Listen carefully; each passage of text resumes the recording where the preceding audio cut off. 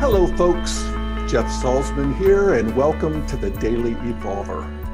It is a beautiful Wednesday afternoon here in Boulder, Colorado, and I hope you are having a beautiful day too, wherever you are on the planet. And I can't help but be thinking of our friends over in Budapest, who are now in the midst of the Integral European Conference, and I doubt you're watching this live because you have other things to do.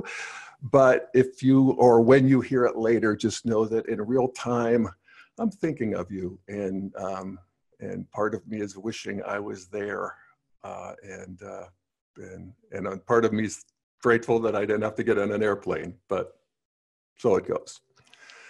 Also want to thank Integral Life once again for hosting this, particularly the live webcast, and for posting most of the episodes.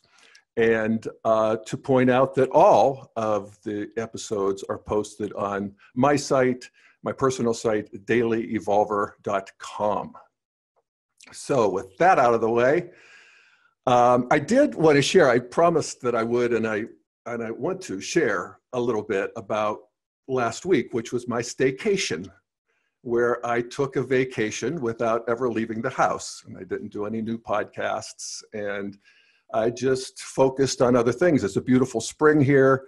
I worked in the garden. I did some reorganizing. I hiked. I did some reading, all of the things that I wanted to do.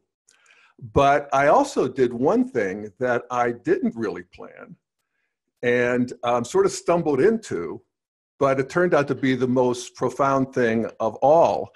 And that is, I didn't eat anything between Sunday dinner and Saturday breakfast.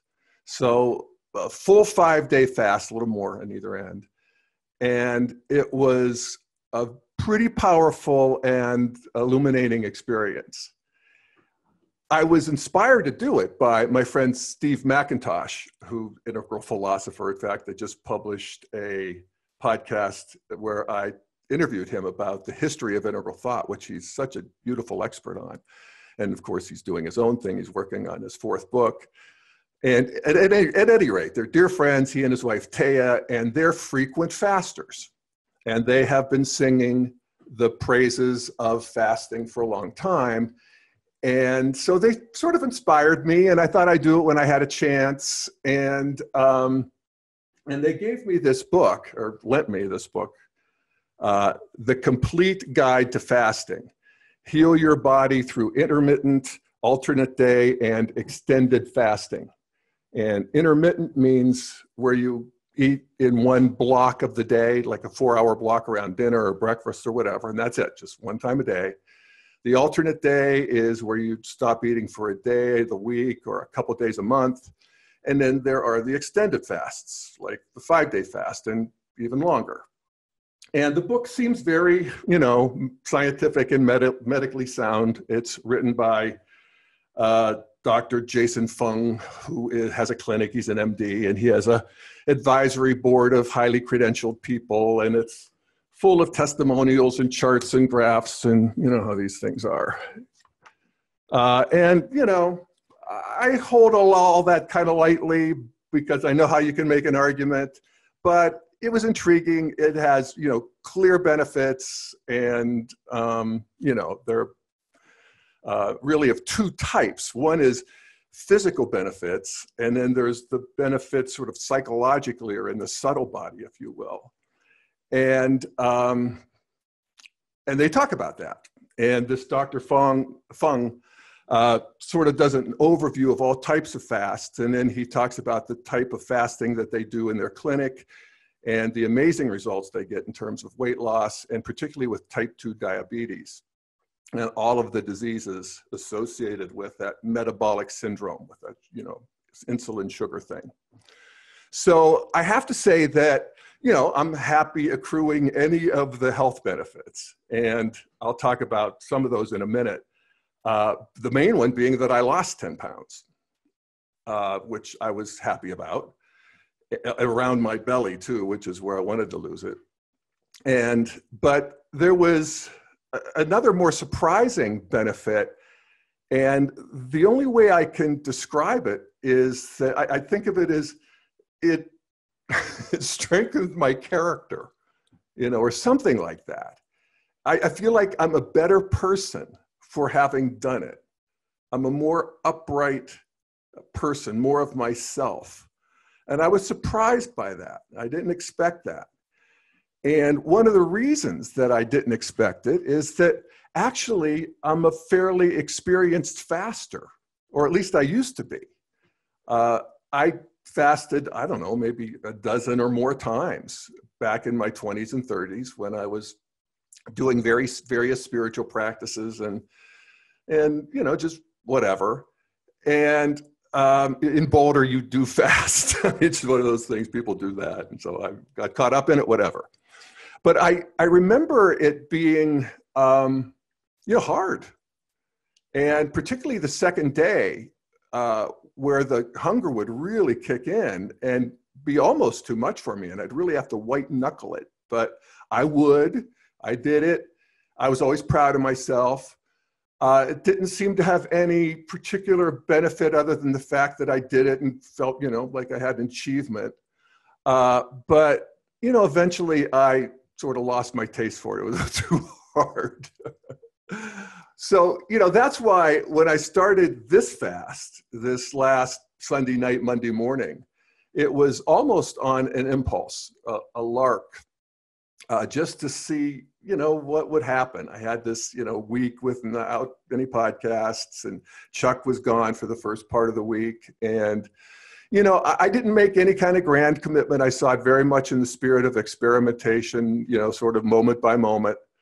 I didn't ask for God's help. It was really none of that. I didn't even tell anyone I was doing it because I wasn't sure I was.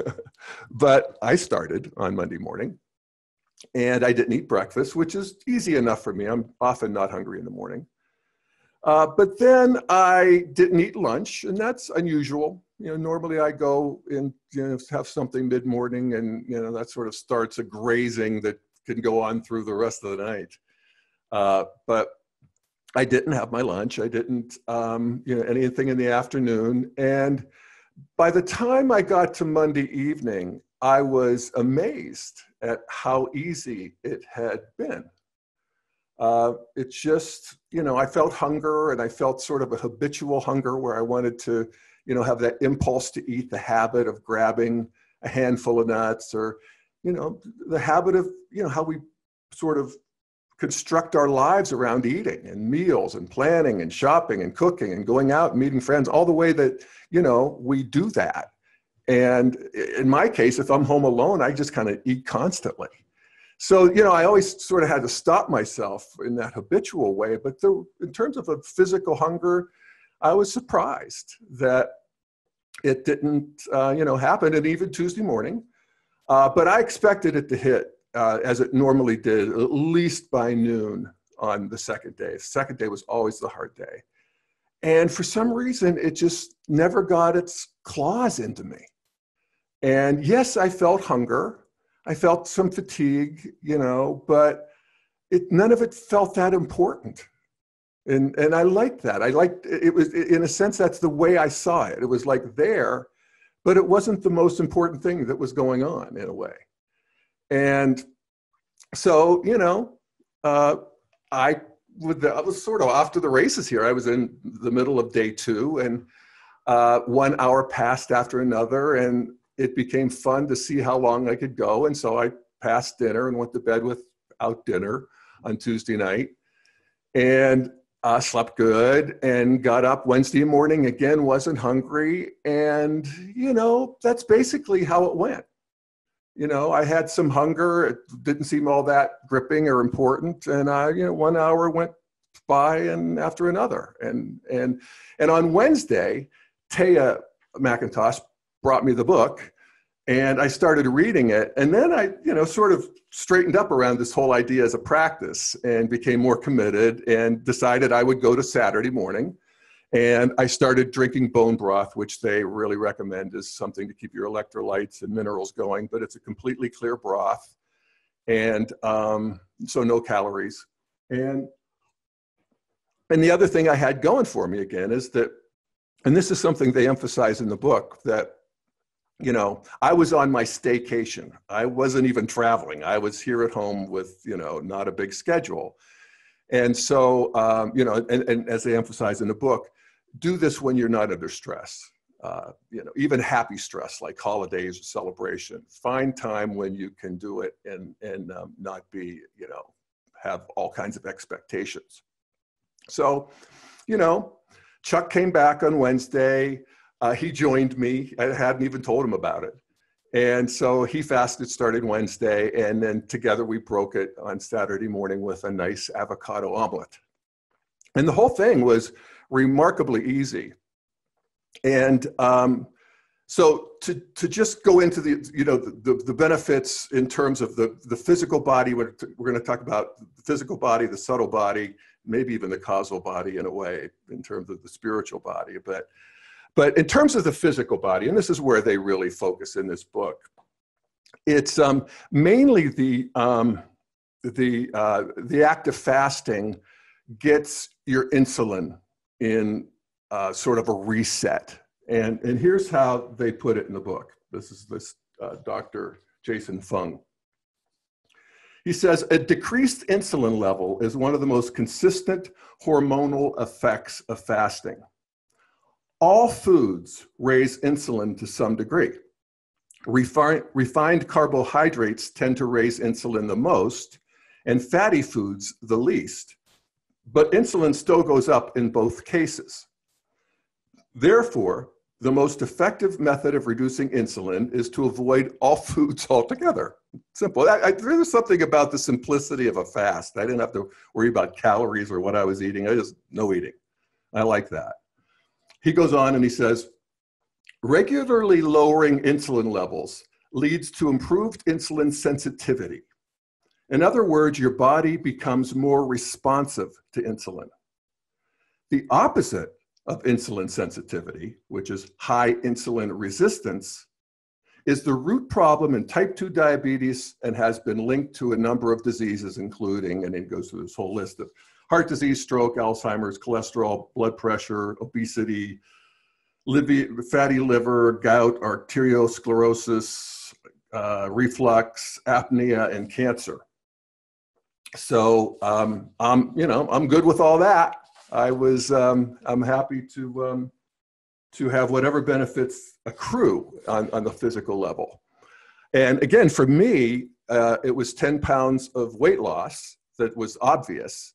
And I understand that some of that is water, 3 or 4 pounds of that is water, but it's a good honest 6 or 7 pounds of fat, and it is around my middle. And, you know, the research shows that you lose fat, not lean mass. And so, you know, I'm happy about that. And I actually, here we are, I'm now 5 days eating, and I have maintained that weight because I've been sort of in a different relationship with food, which is, you know, one of the big benefits to my character, you know, is how I see it.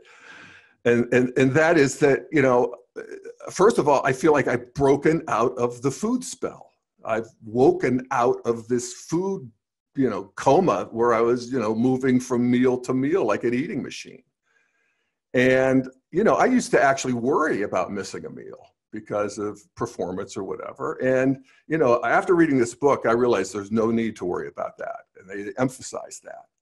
And, you know, they point out that our evolutionary history, the first, you know, certainly millions of years of being mammals and primates, but even the 200,000 years of being anatomically modern humans was until, I don't know, 100 years ago, 50 years ago, a series of feasts and famines. And we evolved to perform optimally under those conditions. And, you know, if you think of the sort of pre-traditional, the tribal, the warrior stages, food was, you know, life was organized around finding calories. And then that continued into traditionalism in a sense, where whole cultures could go down with droughts or climate change or whatever. But for the most part, when we get to traditionalism, one of the, you know, the lower right quadrant, the third person manifestation of traditionalism is agriculture. And so food, is more predictable. And at this point, fasting becomes a practice of spiritual devotion. And that continues to this day. The Muslims are on Ramadan, and Christians fast, and contemplatives fast. And I did plenty of fasting with the Buddhists when I was really working in that tradition. And, so traditionalism, it maintains until we get to modernity, where everything changes. And all of a sudden, we go from not enough calories to too many. And so the problem with too many calories is serious, but, weighed against not having enough, most of us would probably take it. But anyway, here's how Dr. Fung puts it. Puts it. He says, although fasting has been practiced for millennia, it has been largely forgotten as a dietary therapy. There are virtually no books about it. There are a few websites dedicated to fasting. There's almost no mention of it in newspapers or magazines. Even its very mention draws stares of incredulity, not in Boulder again, but if I talk about it with my family of origin in Pennsylvania and stuff, they don't really, they would never think about it.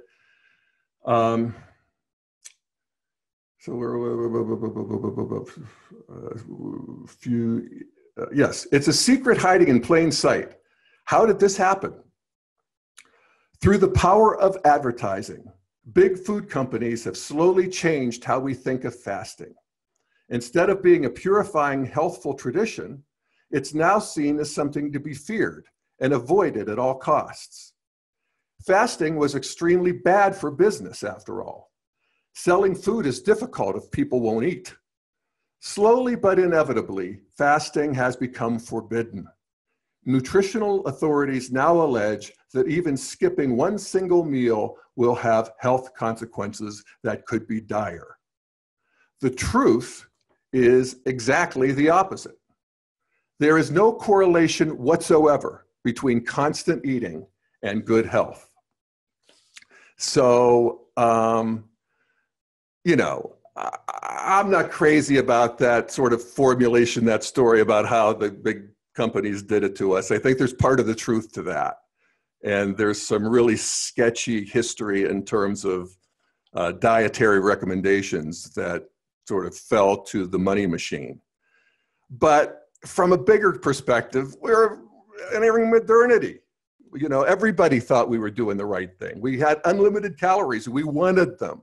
We wanted to do other things besides grub for food.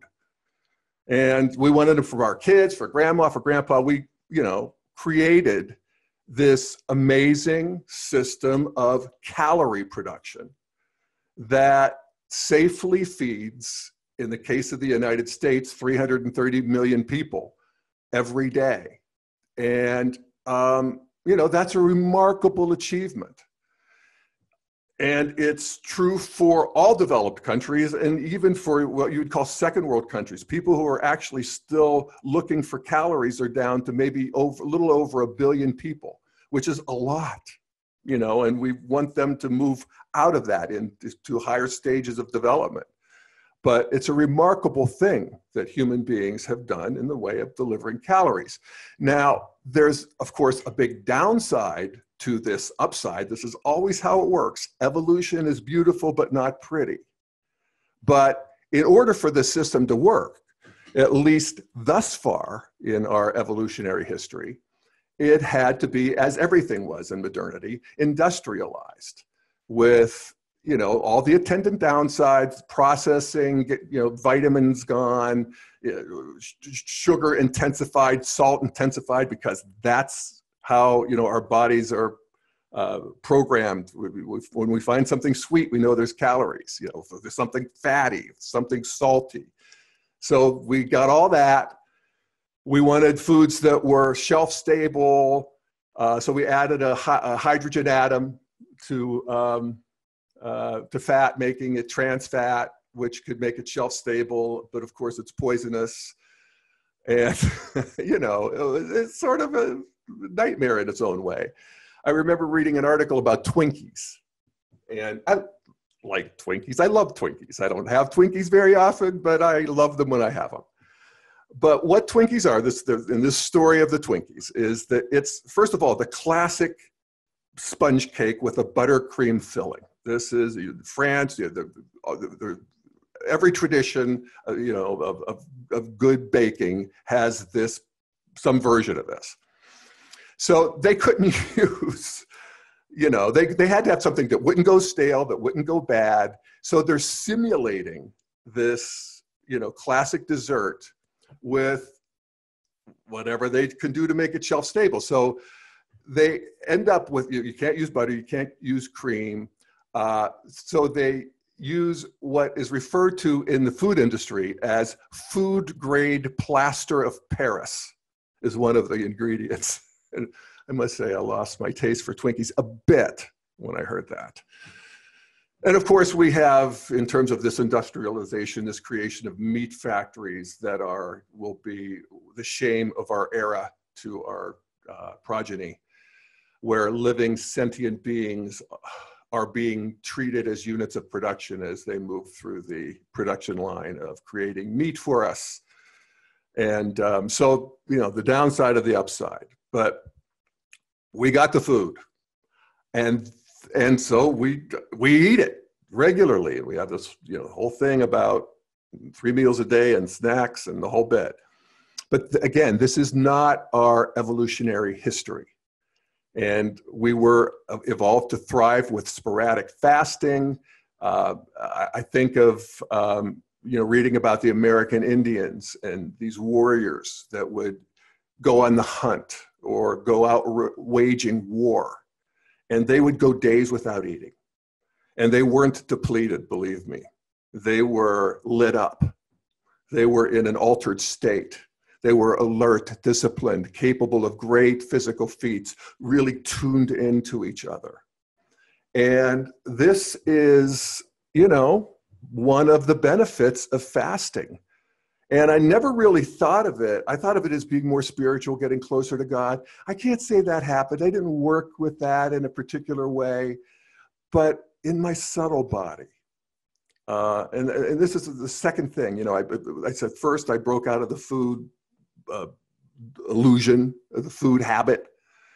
The second thing that happened for me was I feel like I strengthened my subtle body in terms of the interiors and the exteriors. The interiors in terms of my thinking and my will.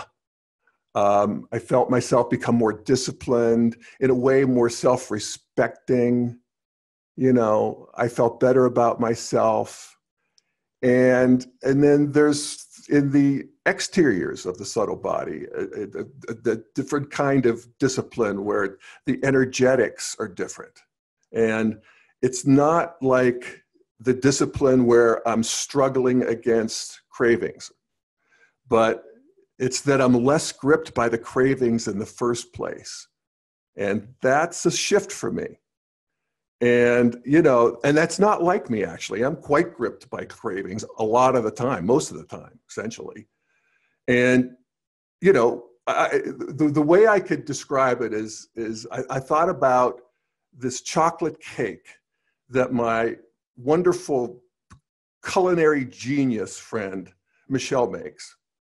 And she had made it for a dinner party a week or so ago before my fast. And I had a piece, and it was delicious. Oh my God. And then she sends a quarter of it, a big quarter of a cake, home with me. And I knew I shouldn't have taken it, but I did. And I couldn't get to bed before I ate the whole damn thing. I just had bite after bite after bite, and I just couldn't shove it down my throat, my face. And it was, knowing the whole time that I wouldn't sleep as well, I'd feel sluggish in the morning, all of that stuff. But it was just a food addiction. So in the middle of my fast, maybe when I'm Wednesday and Thursday, when I'm really feeling good and I'm really cruising along, I thought of that cake, and I actually felt an aversion to it. And you know, this is, of course, the curse of humanity: addiction and aversion, things we want to get away from. You know, and this is, you know, this is the origin of suffering in terms of Buddhism. And so we want to develop equanimity and the middle way where we have choice. And so now, after the fast and I'm eating, I no longer have the aversion. The chocolate cakes feels appealing to me anymore.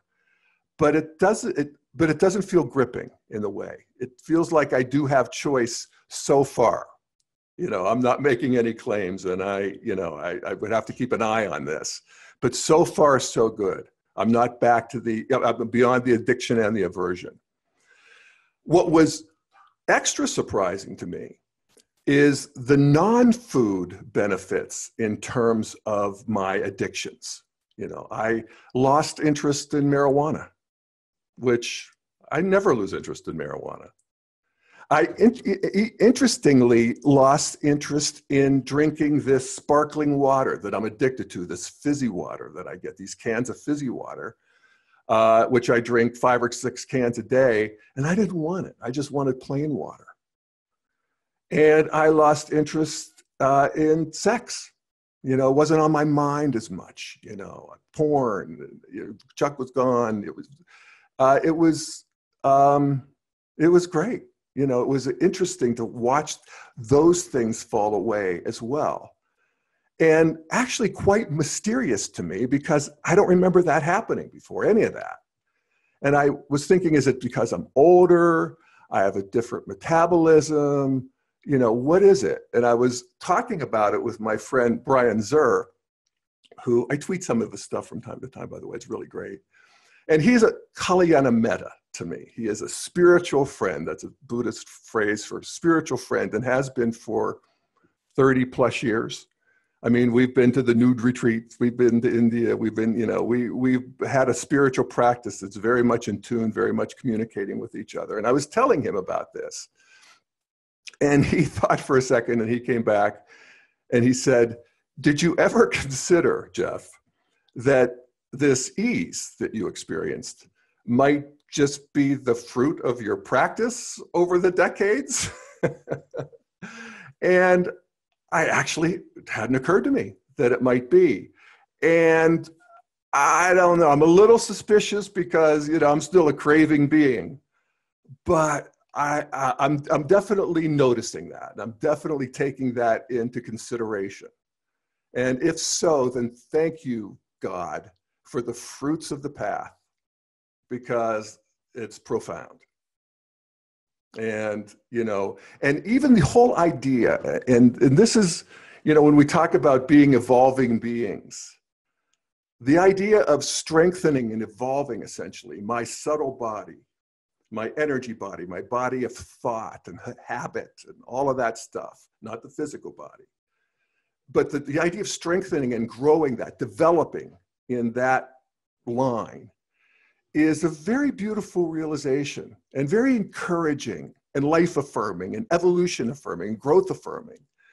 And especially, you know, grateful for it because it's arising at the stage of life where it's clear that I'm losing the physical. You know, I'm 64, I'm losing strength physically, and that I could be actually growing in the discipline, the subtle, you know, in a sense, the warrior. It's almost the positive of the red, where you're just, you know, have energy and focus, and aren't driven by the, you know, cravings of the flesh. Or at least you have some control over that. Anyway, so that's the second thing, is my subtle body and interior, exterior. And the third thing I realized is that I'm very suggestible.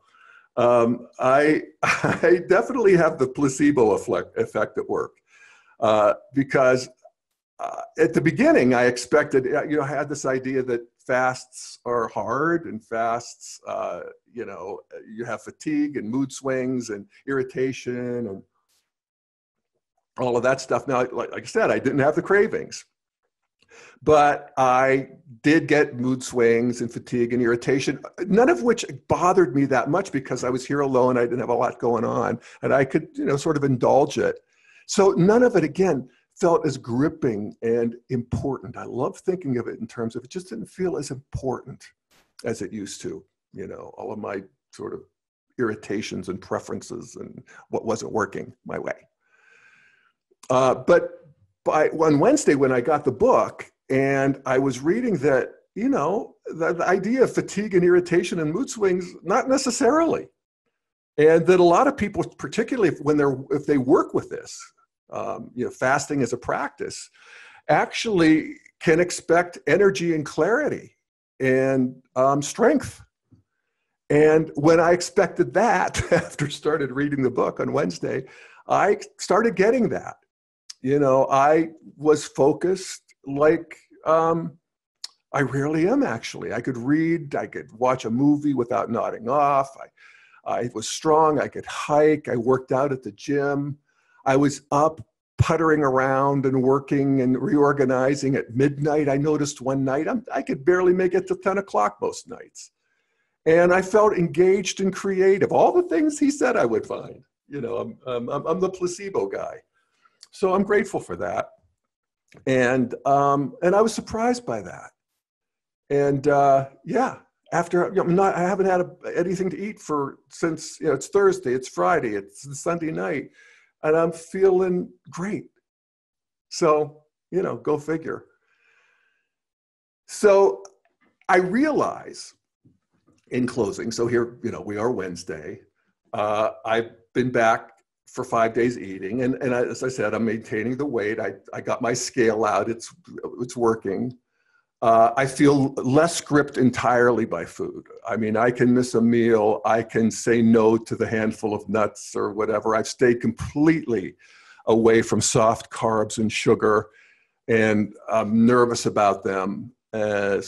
So, it's a work in progress here, and I can feel the grip just wanting and ready to return, as addictions do, So I realize this is an ongoing practice, but I do feel that I found an interesting and good practice for this stage of my life, and one that I would recommend other people consider, because it basically goes up against one of the big challenges of contemporary life. We get so many gifts from modernity and post-modernity, but one of the challenges is this just general affluenza, the ability to have all of we want of so many things: food and porn and communication with other people and the remote controls and stimulation and toys.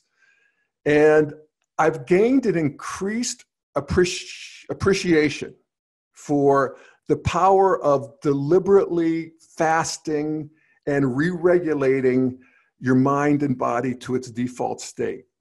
And I realize it's not that hard to do. And so I want to continue to, not get in the spell of unconscious habitual eating. I probably will, believe me, but I'll keep you posted.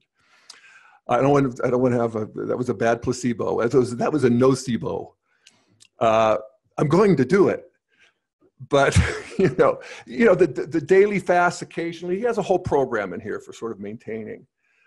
But I'm also interested in applying the practice of fasting to other aspects of my life. And what comes up for me when I think about it is, to take a media fast, to take a week or 5 days or whatever, and turn off all electronic media. Maybe keep the phone for family and friends, but otherwise to live the life that my grandfather led. Actually, to live the life that I led as a kid. We had TV, but it wasn't on much, and there was nothing else. And to just unplug from that, I'm feeling like I'm in the spell of that right now, in the same way that I was in the spell of food. And I think it's, if you read, these sites on Reddit where people are writing about being media addicted, and it's a serious thing and has consequences and keeps people from living their lives, and keeps people shut into their homes and having social anxiety. And, you know, the downside of the media onslaught is becoming clear. And, you know, when that becomes clear, people do things about it. And so that's one thing I think that I want to do. And I'm planning, you know, my summer schedule is where I'm not going to be doing 3 days a week. I'm going to do that through June 8th. Don't quote me. But then I'm going to go until Labor Day, and I'll post occasionally. But I'm going to use that time for all kinds of things. But one of them is going to be a media fast, and I'll let you know how that goes. So there, from the frontiers of practice, at least my practice. And again, I was just amazed at the benefits that I didn't expect. Hallelujah for that. So, all right. Well, if you're interested, again, the book is called The Complete Guide to Fasting, and it's by John Fung. And I appreciate you listening, and stay tuned for the next Daily Evolver. Check out the one Steve and I did earlier. It's the one, I think it'll be the last one we posted, which is on the history of integral theory. Show some love to Integral Life, and check out dailyevolver.com, and we'll see you next time. Thanks, folks. Bye-bye.